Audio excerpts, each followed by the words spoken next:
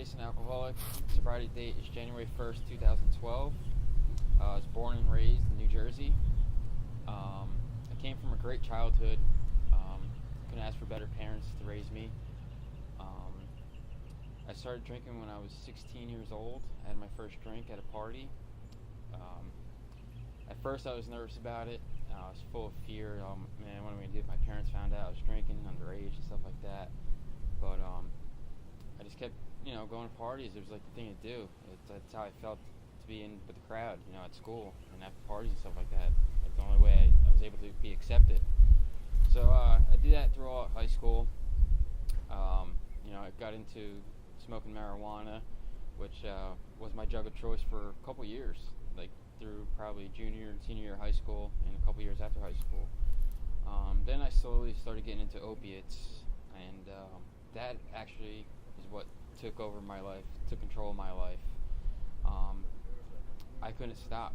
Once I got into it, I couldn't wake up. I couldn't get out of bed without shaking or having withdrawals. I could not start my day without having opiates in my system. So that went on for probably 6-7 years, where opiates were just controlling. That was a part of my life. That's the only way. That was my cup of coffee in the morning, for lunch, for dinner, and to put me to sleep was opiates. Throughout the years, I worked at a car dealership for 7 years, and due to opiate addiction, I lost my job. I got fired. I loved working on cars, and that was my thing that I've always wanted to do when I was in high school. It was like work on cars. That was my dream. And I lost my job being a mechanic due to opiates. It got so bad to where I was starting to get behind on bills. My car was about to get repoed. My cell phone was getting turned on and off. It was just controlling my life. It got to the point where suicide thoughts did come across my mind. I just wanted to get out of it because everything was piling up on me. Bills, fear, physically I was starting to feel like crap. I just didn't know a way out of it. I thought that's how I was going to live my life the rest of my life, was with opiates. I didn't think there was life possible without using prescription drugs. So I didn't know anything about getting sober, sobriety, anything like that, until I reached out to a friend that was down here in South Florida at the time. I was talking to him a couple months before I came down here, and he's like, when you're ready, call me. And I kept telling him I was lying to him, like, I'm good, I stopped on my own, I'm not that bad, I'm only doing it on weekends, But it was December 31st, 2011, I called him. It was probably 2 o'clock in the morning, and he's like, this better be a good call. Like, it's the only reason why I'm waking up to answer your call. I was like, I'm done. I need to know what to do. I want to get sober. I'm done using drugs and alcohol. So he told me I had to make the hardest call in my life, or the hardest choice I was ever going to make in my life was to order a one-way ticket to South Florida. One, I've never been on a plane before. Two, I never stopped getting high or alcohol. I didn't know anything about detoxing, the withdrawals, and stuff like that. So it took me about an hour. I was looking up plane flights from Newark, New Jersey to West Palm Beach, Florida, and it came upon me to where I hit enter. I ordered that one-way ticket, and I was full of fear. I didn't know what was going to happen after that. It was New Year's Eve. I was sitting down with my mom about maybe 10-15 minutes before the ball dropped. I looked at her. I'm like, I had to tell her, because within the next 24 hours I was getting on a plane going to Florida, one-way ticket. So I sat down, I said, Mom, I'm going to Florida. And she took it as like, wow, you're going on vacation, like you work your ass off.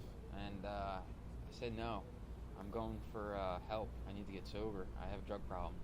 At first she's like, oh, you're just smoking marijuana, this and that. I'm like, no, it's worse than that. I have an opiate addiction. I'm addicted to pills and any pharmaceutical drugs. So she tried to get me to stop and stay up there to go to rehab or treatment center. And I said, no, I have to change my people, surroundings, and places. I have to change all that. I need to get out of here. I can't do it here.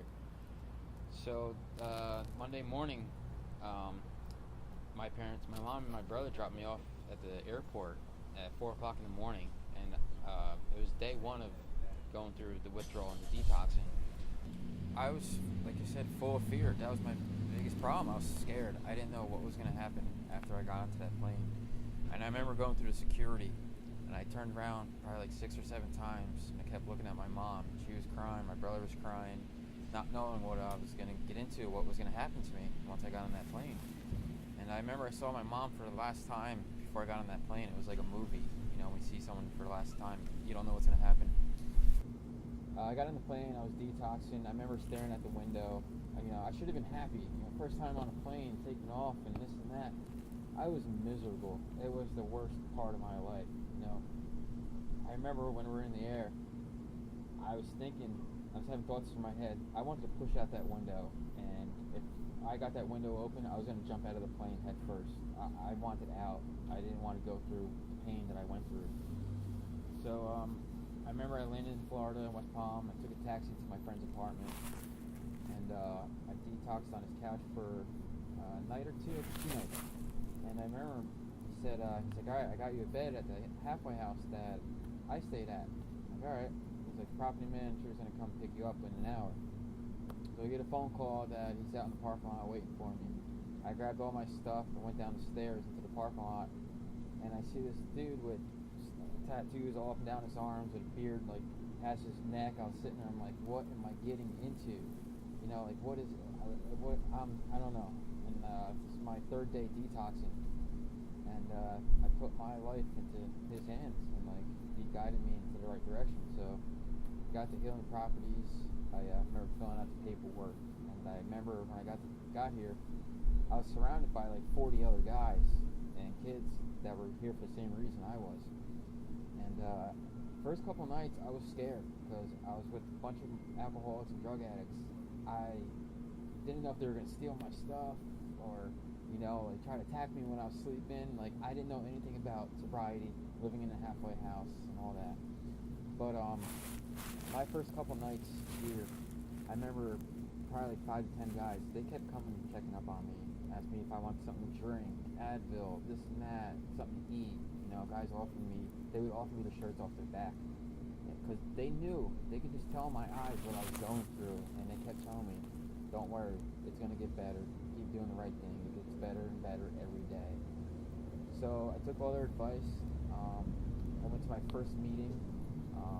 My friend that's down here still, he introduced me to my sponsor at my first meeting, and he's like, this is your sponsor. I'm like, what's a sponsor do? AA, what? I don't know anything about this. So I knew I had to come here and do 90-90 meetings, 1 meeting a day. So I kept doing that, kept calling my sponsor. Then he introduced me into the big book. I kept calling him every day. He took me through the 12 steps of Alcoholics Anonymous, which was a life changer for me. Without AA, I don't know where I would be right now. I don't know. It's changed my life, and I can't ask for anything better. So I got a job and everything down here. Keep going to meetings. After I got through my 12 steps Alcoholics Anonymous, my sponsor said, hey, it's your turn to help another alcoholic. And I was only about 4 months into sobriety, where I was done with my steps, and he's like, all right, time to go, time to move on and help other alcoholics, continue the message. And I remember when he said that to me, I was like, what do you mean continue? I can't help anybody. But it was basically the same way how he taught me how to go through the steps and, to a better way of life. And he put my hands into God's hands and to AA. So, I reach out to other alcoholics. Here's my number, call me if you need a sponsor, like that. In my first 5 months, my 5th month down here in sobriety, I got 2 sponsors right away. I knew what I had to do to stay sober, was living through the steps of AA and help out other alcoholics, and that's what I continue to do now. But when I got to Healing Properties, it was great, man. People here were helping me out, and I see new guys coming in, and it was my turn to help other alcoholics, new guys that came in, because we all come down here from up north, and we can see the fear that's in these new guys. They're scared. They don't know what's going to happen. They don't know what they want in life. But when there's other guys here that'll reach out and say, hey, introduce yourself, and you need to go to a meeting and come with me, food, stuff like that. Guys here just are awesome. Property manager is a really good person. He's always keeping an eye on you, checking up on you. He's always there to help you out no matter what.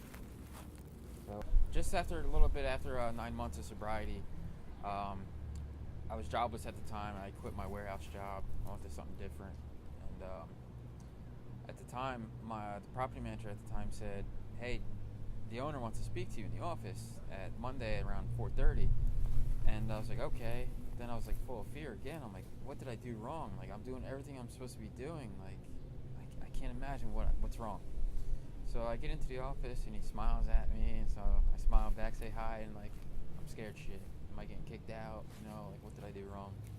And he asked me he's like, would you like to work here for Healing Properties? And at first I was surprised. I was like, holy shit. And of course I said yes. And I would love to get back to the place that, helped me change my life, introduced me into society and where I'm at today. And so, I started working here. I'm doing maintenance now. I'm doing the drug testing. I'm the assistant manager. I help out with paperwork. I'm basically the property manager's right-hand man. I do everything here. And it feels really good to be into this field, working in this field, and you see all these new guys that come in and see the light experience that happens to them when they change their life. When they first come in, they're all beat up and like full of fear, to where they're just happy, joyous, and free. It's a really cool spot. I'm coming up on 15 months of sobriety. Life has been great. I've had the best time of my life in the past 15 months.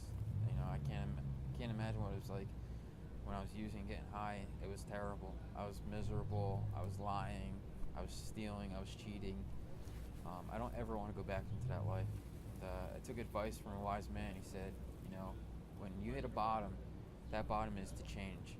And I honestly believe that I hit that bottom to where I'm going to stay sober.